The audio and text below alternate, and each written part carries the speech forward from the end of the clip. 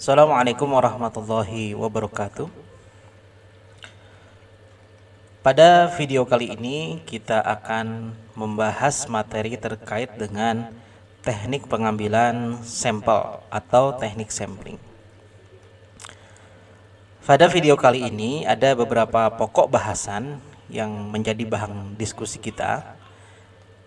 Yang pertama itu terkait dengan konsep dasar teknik sampling. Lalu yang kedua, kita akan mempelajari teknik sampling dengan sifat probabilitas. Lalu yang ketiga, kita akan belajar sampling yang bersifat non probabilitas. Lalu yang keempat, kita akan mempelajari pedoman dalam perhitungan jumlah sampel penelitian.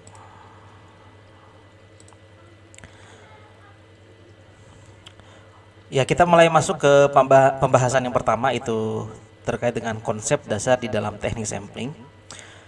Nah, ketika kita berbicara statistika, maka yang kita bicarakan adalah data sampel.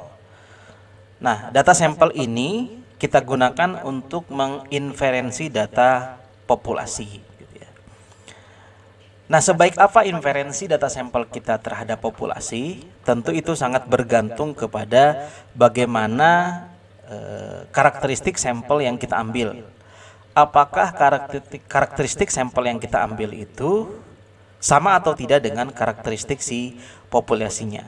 Jadi teknik sampling ini bisa dikatakan menjadi kunci awal apakah hasil estimasi kita atau inferensi kita terhadap populasi itu bisa generalisasi atau tidak terhadap populasinya, gitu ya. Sebagai contoh, misalkan dalam polling pendapat, sebagian kecil orang diwawancarai dan pendapat mereka digunakan untuk melihat sikap seluruh masyarakat, gitu ya. Nah, jadi untuk menggambarkan bagaimana sifat masyarakat secara keseluruhan, nah yang diambil itu hanya sebagian kecil saja.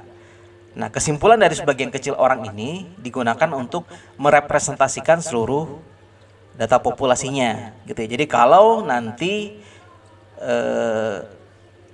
sifat dari sampelnya itu baik, artinya karakteristiknya sama dengan populasi, nah maka kesimpulannya nanti bisa direpresentasikan terhadap populasinya, gitu ya. Yang kedua, misalkan hasil produk suatu pabrik dapat ditolak atau diterima berdasarkan pemeriksaan hanya beberapa produk saja yang diambil dari produk pabrik tersebut. Jadi kalau di dunia industri itu ada istilahnya quality control. Nah, tentu produksi yang dihasilkan itu bukan 1, 2, 3 tapi sampai ratusan, ribuan, bahkan jutaan mungkin, gitu ya, banyaknya. Kan tidak mungkin quality control itu dilakukan terhadap setiap unit hasil produksi. Nah, maka di situ akan dilakukan proses pengacakan dan hasil dari pengacakan tersebut nanti digunakan untuk merepresentasikan seluruh produk yang dihasilkan. Kalau ternyata dari hasil pengacakan tersebut errornya besar, nah tentu produk tersebut tidak akan dijual ke pasar, gitu ya. Tapi kalau misalkan hasil pengacakan tersebut errornya masih bisa ditolerir, ya itu bisa dilempar ke pasar, ya. Lalu yang ketiga, misalkan rata-rata penghasilan petani di Indonesia dihitung dengan menghitung rata-rata penghasilan beberapa petani saja, gitu ya. Jadi cukup perwakilan saja. Nah, itu beberapa gambaran utama terkait dengan sampel populasi dan teknik sampling. Kemudian selanjutnya, dalam kasus-kasus lain sampel diambil karena tidak mungkin mengadakan penelitian terhadap populasi.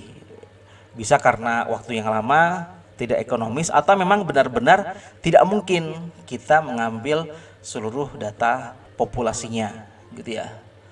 Jadi kalau misalkan kita meneliti di satu provinsi, nah itu kan tidak mungkin juga dengan waktu yang sebentar dan pendanaan yang terbatas, ya kita tidak mungkin, gitu ya, mengambil seluruh unit populasi. Nah, maka disiasati dengan mengambil data sampel. Atau memang benar-benar tidak mungkin kita ambil. Sebagai contoh, misalkan kita ingin meneliti pelanggan di mall. Nah, sedangkan kita tidak tahu secara pasti berapa jumlah pelanggan di mall itu gitu ya. Dan tentu yang masuk ke mall itu kan setiap hari bisa beda-beda gitu ya. Jadi memang cukup sulit untuk mengumpulkan data dari seluruh populasi. Nah, yang menjadi masalah adalah ketika kita berbicara teknik sampling, bagaimana sampel itu harus diambil. Jadi yang pertama harus kita lakukan adalah kita harus mendeskripsikan, menggambarkan bagaimana karakteristik populasinya, sehingga menjadi gambaran awal untuk menentukan bagaimana sampel itu bisa diambil. Lalu yang kedua, berapa besar sampel itu harus diambil gitu ya. Setelah kita ketahui bagaimana karakteristik populasinya, maka bisa ditentukan besaran ukuran sampel yang bisa diambil. Lalu yang ketiga, bagaimana karakteristik populasi yang dapat ditaksir. Nah, jadi sampel yang kita ambil itu kita gunakan untuk mengestimasi atau menaksir populasinya gitu ya. Apakah data statistik kita bisa menggambarkan secara utuh data parameter yang menjadi taksiran kita. Lalu yang keempat, seberapa tepatkah taksiran kita? Jadi ketika kita meneliti tentu tidak mungkin benar 100% gitu ya, pasti akan ada tingkat kesalahannya. Nah, kita sendiri, si peneliti sendiri yang bisa menentukan, atau si peneliti sendiri yang mengetahui seberapa tepatkah hasil penaksirannya, apakah 95%, apakah 98%, apakah 97%, ataukah 90% gitu ya. Nah, ini yang akan kita bahas dalam konsep dasar ini. Ada beberapa istilah di dalam teknik sampling. Yang pertama ada yang disebut dengan target populasi, itu adalah populasi yang menjadi sasaran pengamatan atau populasi dari suatu keterangan yang akan diperoleh. Lalu ada yang disebut dengan kerangka sampel atau sampling frame, adalah suatu daftar unit-unit yang ada di dalam populasi sasaran yang akan diambil sampelnya atau daftar anggota populasinya. Lalu yang ketiga ada unit sampling, itu adalah koleksi yang tidak overlapping dari populasi yang menutupi seluruh populasi. Unit yang dijadikan sebagai dasar penarikan sampel. Lalu ada yang disebut dengan sampel, adalah koleksi dari unit sampling yang diambil dari suatu frame atau kerangka. Lalu yang kelima ada elemen, itu adalah suatu objek di mana pengukuran diambil. Dan yang terakhir adalah ada yang disebut dengan unit observasi, yaitu unit yang akan dicatat karakteristiknya. Nah, jadi beberapa istilah inilah yang harus kita pahami ketika kita akan melakukan teknik sampling gitu. Jadi kita harus tentukan dulu target populasinya. Nah, setelah kita tentukan target populasinya, kita buat kerangka samplingnya. Jadi gambaran kerangka sampling itu tergantung dari bagaimana kita membaca populasinya. Nah, setelah kita bentuk kerangka, maka kita bisa tentukan unit samplingnya. Jadi setelah ditentukan kerangka samplingnya, misalkan populasinya dibagi ke dalam 4 kelompok. Nah, nanti masing-masing kelompok itu disebut dengan unit sampling.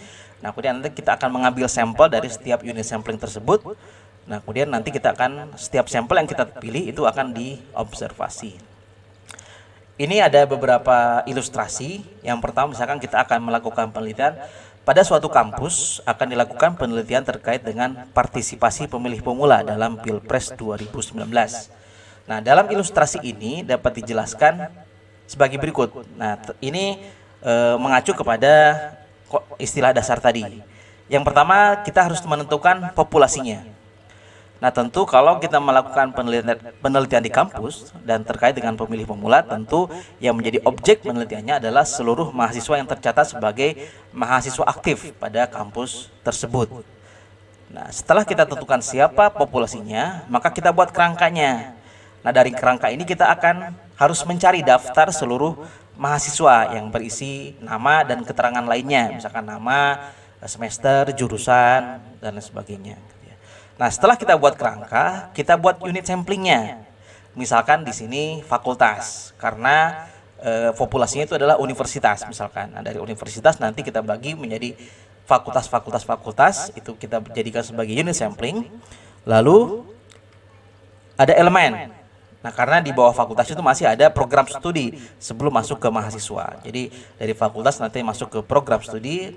Nah, kemudian kita masuk ke unit observasi. Nah, setelah ditentukan program studinya, baru kita pilih mahasiswa dari program studi yang terpilih. Nah, mahasiswa ini dijadikan sebagai responden atau informan. Nah, itu kan kalau populasinya adalah universitas. Nah, sekarang bagaimana kalau populasinya itu adalah misalkan fakultas? Ya, kalau fakultas yang dijadikan unit samplingnya itu berarti program studi.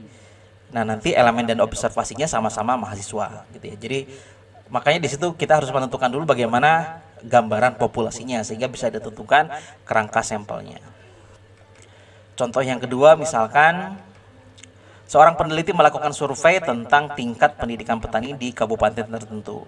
Nah, daftar keluarga petani tidak tersedia secara lengkap. Nah, yang tersedia adalah data dan daftar secara lengkap RT di kabupaten tersebut, gitu ya.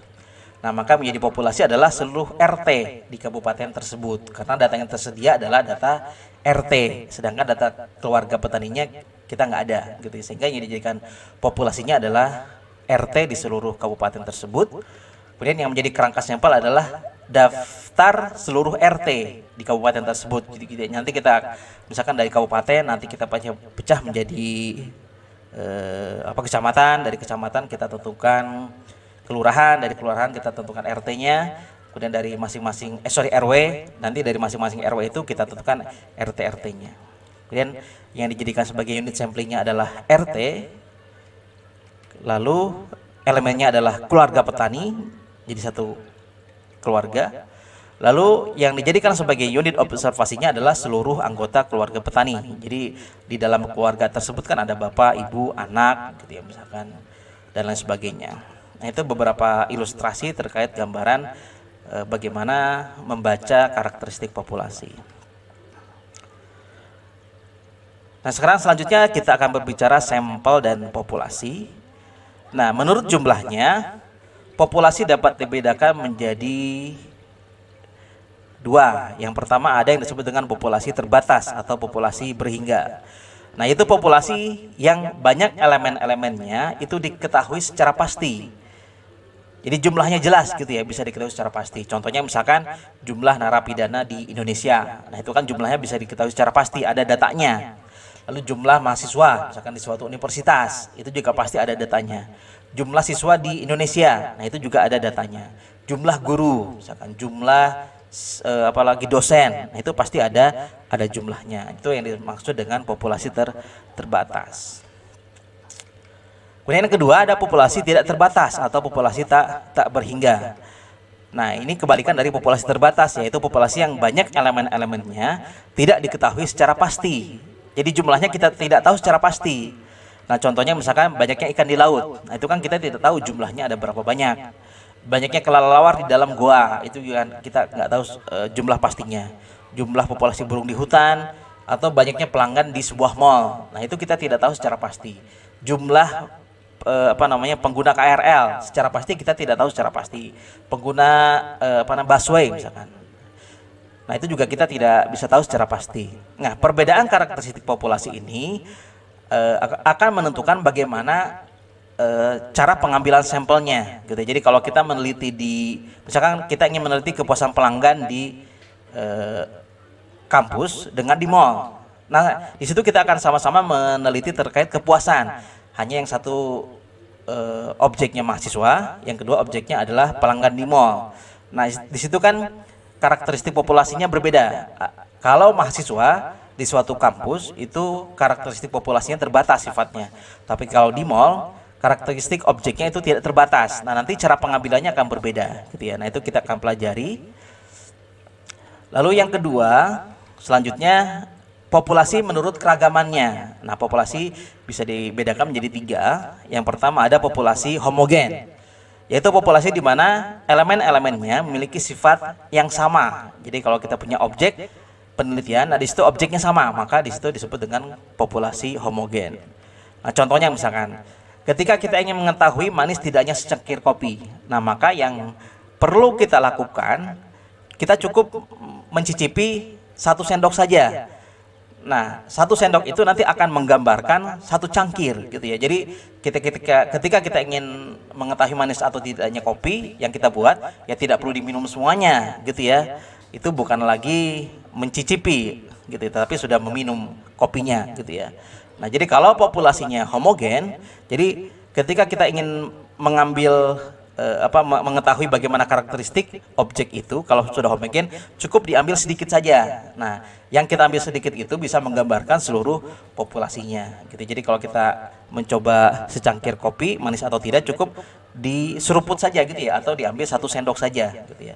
Nah, itu sudah menggambarkan bahwa kopi kita sudah manis atau belum. Ketika belum manis maka ditambahkan gula lagi gitu ya. Kalau kemanisan ya ditambahkan air lagi atau ditambahkan kopi lagi. Nah, sekarang bagaimana kalau kopinya itu tidak diaduk? Nah, kalau tidak diaduk kan nggak bisa kita anggap homogen. Jadi rasa di bawah, di tengah dan di atas tentu berbeda gitu. Nah, itu yang dimaksud dengan populasi heterogen. Nah, kalau misalkan populasinya heterogen tentu cara mencicipi kopinya juga berbeda gitu ya. Jadi tidak bisa lagi diseruput atau tidak bisa lagi dipakai sendok, tapi mungkin harus pakai sedotan gitu ya. Jadi pertama disedot dulu bagian bawah, sedot bagian tengah, sedot bagian atas. Nah, itu bisa mengetahui masing-masing tingkatan dari kopi tersebut bagaimana rasanya. Itu kalau populasinya heterogen. Nah, itu cara pengambilannya berbeda gitu ya, ketika populasinya homogen dan populasinya heterogen gitu ya. Itu contohnya tadi ya. Nah, kemudian selanjutnya adalah menurut sifatnya populasi dibedakan menjadi, yang pertama ada populasi acak, yaitu populasi di mana elemen-elemen dalam populasi tersusun secara acak gitu ya. Jadi urutannya itu bersifat acak. Contohnya misalkan nomor rumah di perkampungan. Nah, itu kan biasanya dari gang masuk sampai gang ujung itu nomor rumahnya tidak berurutan, tergantung dari pertama kali bangunan itu dibuat gitu ya. Nah, itu artinya populasinya itu bersifat random gitu ya. Jadi urutannya itu acak. Lalu ada populasi terurut. Nah, populasi di mana elemen-elemen dalam populasi punya urutan susunan. Nah, contohnya misalkan nomor rumah di perumahan. Itu kan biasanya dari gang gerbang masuk, itu kan nomor 1, nomor 2, nomor 3 sudah berurutan biasanya gitu ya. Lalu yang ketiga ada populasi periodik.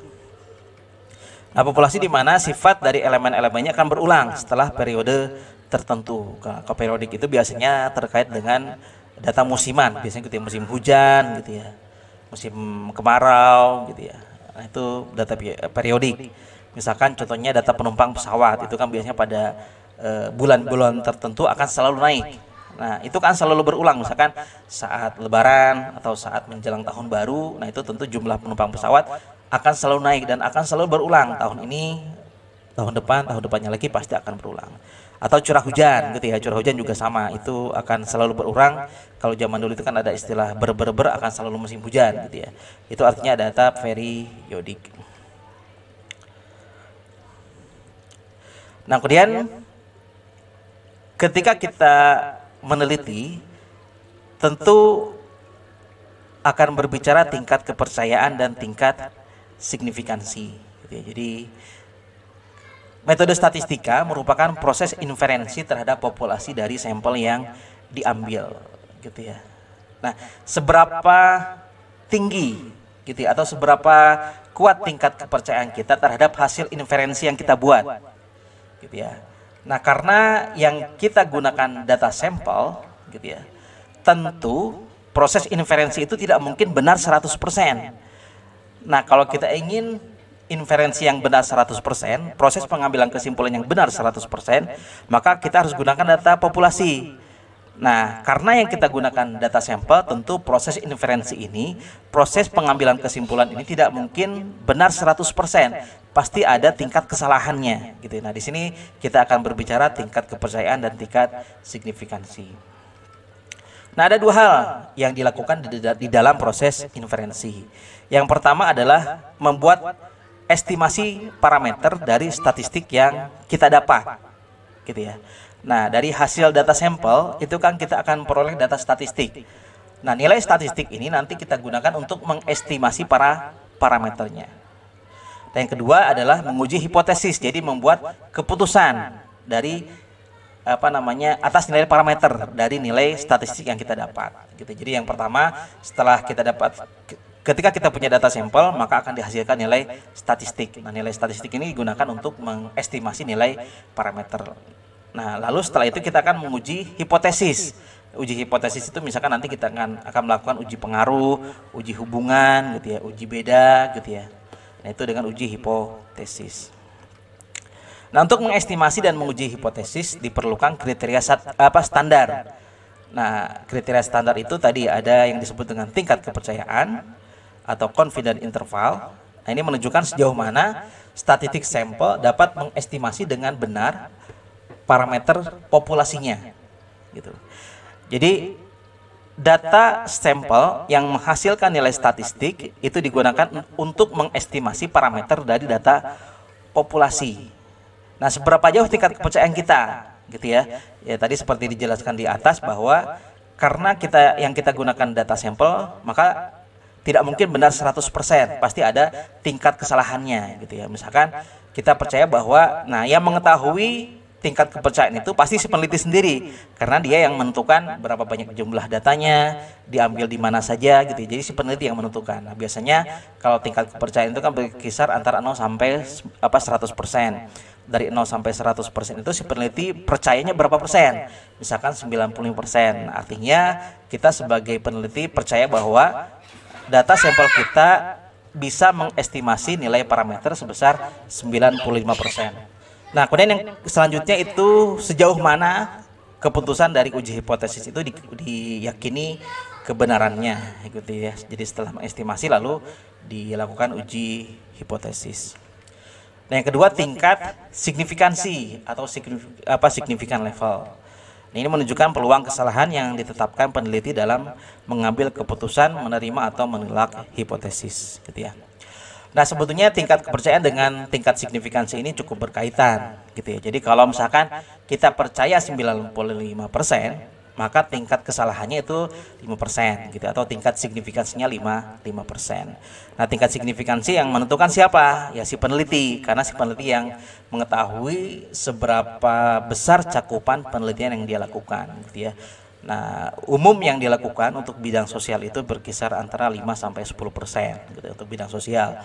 Kalau untuk bidang sains, misalkan bidang kedokteran, bidang farmasi itu biasanya di bawah 5% atau bahkan 1%. Misalkan orang farmasi bikin obat, errornya 5%, tingkat kesalahan obatnya itu 5%. Ya tentu hanya sedikit orang yang mau mencoba obat itu karena tingkat errornya itu cukup tinggi, 5%, gitu ya. Jadi kalau misalkan tingkat kesalahannya 1%, ya mungkin banyak orang yang mau coba obat itu. Tapi kalau misalkan tingkat errornya 5% atau bahkan 10%, obatnya jadi. Tapi obat itu nggak akan ada yang mau minum, gitu ya. Nah, itu jadi tingkat kepercayaan ini terkait dengan seberapa besar ketangguhan hasil penelitian yang kita lakukan, gitu ya. Jadi berapapun tingkat signifikansinya, hasil penelitian itu akan ada. Yang membedakan adalah ketika kita memiliki tingkat signifikansi atau error yang besar, gitu ya, atau misalkan 15%, 20%, penelitiannya jadi, hanya mungkin penelitiannya tidak akan dijadikan rujukan untuk penelitian selanjutnya, gitu, atau tidak akan ada yang pakai. Jadi sia-sia saja, hanya dijadikan sebagai kertas saja, gitu ya, hanya dijadikan sebagai tulisan di atas kertas saja. Tidak ada manfaatnya juga, gitu ya. Nah, selanjutnya teknik pengambilan sampel. Nah, sampling adalah proses seleksi dalam kegiatan observasi. Nah, proses seleksi yang dimaksud adalah proses untuk mendapatkan sampel. Nah, dua hal yang menjadi fokus di dalam sampling. Yang pertama adalah bagaimana proses untuk mendapatkan sampel dari suatu populasi. Yang kedua, berapa banyak unit analisis yang akan diambil. Nah, jadi yang pertama harus kita lakukan adalah bagaimana sampel itu harus diambil. Nah, bagaimana itu tadi tergantung dari bagaimana karakteristik si populasinya, apakah terbatas ataukah tidak terbatas, apakah homogen ataukah heterogen, apakah random, apakah terurut, apakah periodik, gitu. Jadi itu yang akan menentukan bagaimana sampel itu akan diambil, gitu. Ketika kita melakukan penelitian kepuasan di kampus dengan di mall tentu akan berbeda perlakuannya. Proses pengambilan sampelnya akan berbeda. Nah, kemudian yang kedua, setelah kita mengetahui bagaimana karakteristik populasinya, baru bisa ditentukan berapa banyak unit analisis atau berapa banyak sampel yang akan kita ambil. Nah, tipe teknik pengambilan sampel berdasarkan peluang terpilihnya itu terbagi dua. ada yang disebut dengan sampling probabilitas, ada yang disebut dengan sampling non probabilitas. Gitu ya. Apa itu sampling probabilitas? Nah, sampling probabilitas pemilihan sampel dalam probability sampling dilakukan secara acak dan objektif. Artinya tidak didasarkan semata-mata atas keinginan si peneliti, sehingga setiap anggota populasi memiliki kesempatan yang sama untuk terpilih dijadikan sebagai sampel. Nah, jadi kalau kita melakukan penelitian, kita punya populasi itu kita akan ambil sebagian saja sebagai sampel. Misalkan kita punya 30 atau misalkan contohnya kita punya 30 populasi, lalu dari 30 itu kita akan ambil sebanyak 10. Nah, proses pemilihan 10 itu dilakukan secara acak. Misalkan dari 30 itu ada 30 nama dimasukkan ke dalam gelas atau dikocok, lalu diacak satu-satu. Orang pertama keluar, orang kedua keluar, orang ketiga keluar, sampai orang ke-10. Nah, proses pemilihan orang pertama sampai orang ke-10 itu objektif gitu ya.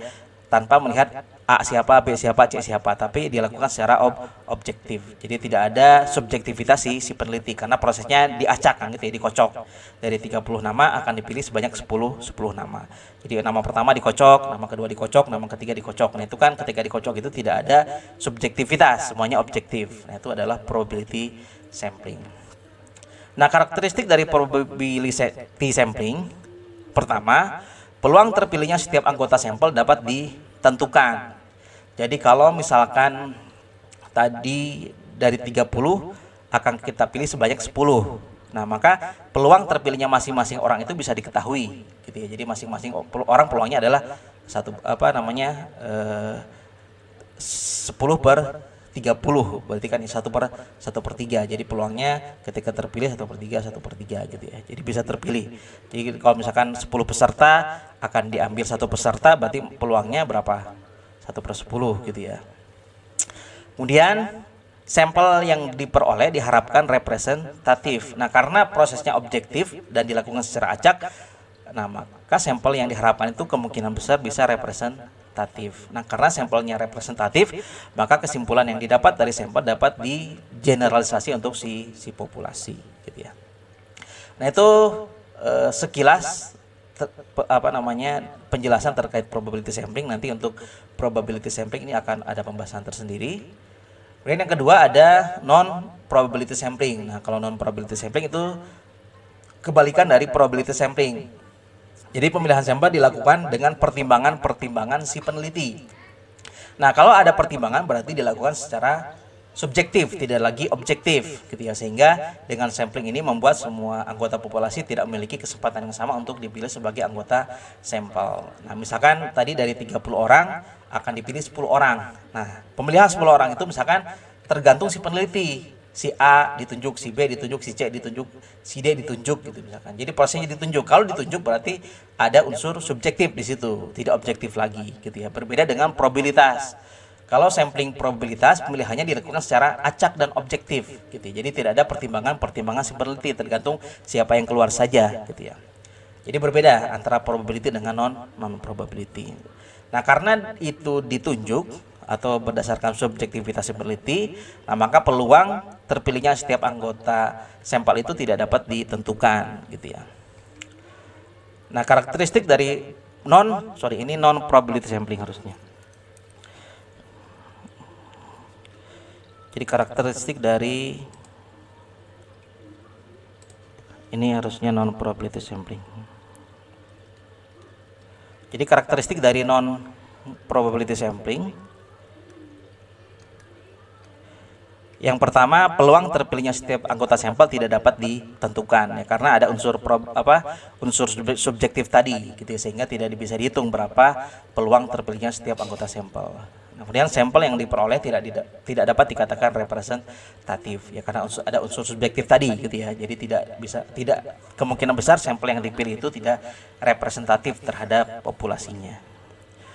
Nah, karena dia tidak representatif, maka kesimpulan yang diambil hanya berlaku untuk data sampel saja, tidak berlaku untuk seluruh populasi. Jadi kalau misalkan kita punya populasi sebanyak 30, lalu kita ambil sebanyak 10, kalau kita gunakan non probability sampling, kesimpulan yang kita peroleh dari data sampel itu hanya berlaku untuk si sampel saja, tidak bisa digeneralisasi untuk si populasi. Nah, kalau kita menggunakan probability sampling, kesimpulan dari si sampel itu berlaku untuk si populasi, karena sampel yang kita dapatkan secara probability sampling itu representatif gitu ya. Selanjutnya ini adalah jenis-jenis dari teknik sampling.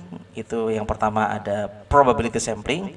Probability sampling diantaranya ada simple random sampling, ada systematic random sampling, ada stratified random sampling, ada cluster random sampling.